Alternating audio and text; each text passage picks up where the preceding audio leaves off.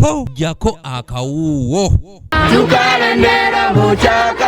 Oluvannyuma lw'okujja kw'ekirwadde ki COVID-19 omukulembeze w'eggwanga Yoweri Kaguta Museveni yasalawo amasinzizo gaggalwe nga kati wadde gaggulwawo n'omuwendo omugere abaana abato abaali basabira mu Sunday School n'okutuusa kati bakyali waka abakulembeze b'eddiini kye bagamba nti kino kiina kye kikosezza ekkanisa. Our Sunday School children, after knowing that parents are going back to church for worship, many of them want to come with them.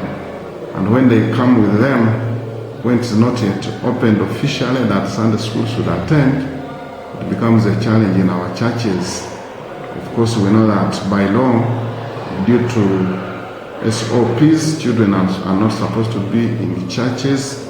Omulabirizi wa South Rwenzori, the Right Reverend Baluku Nasoni alagidde ababuulizi bonna okutandika crusade wamu n'emisomo egy'enjawulo okutandikira mu parish y'e Kyabinyoku esangibwa mu ggombolola y'e Nyakabingo mu district y'e Kasese awasinga abakristaayo abangi ng'eno eri abakristaayo abasukka mu 2,300 kyagambye nti kyakutereeza emyoyo gyabwe.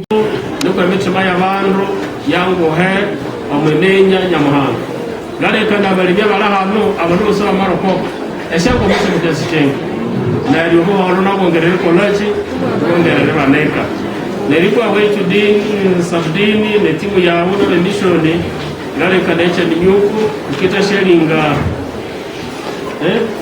erilinga shambale nilitebezea na mali awanabiri aho. Right Reverend Baluku era yenyamidde olw'obufumbo bw'ennaku zino nga kati abawala ab'emyaka 17 abasajja abasitukira mu myaka 60 okufumbirwa kyagambye kino kittattanye nnyo eddiini wasinzidde okuwa abaana ab'obuwala amagezi ku nsonga z'obufumbo.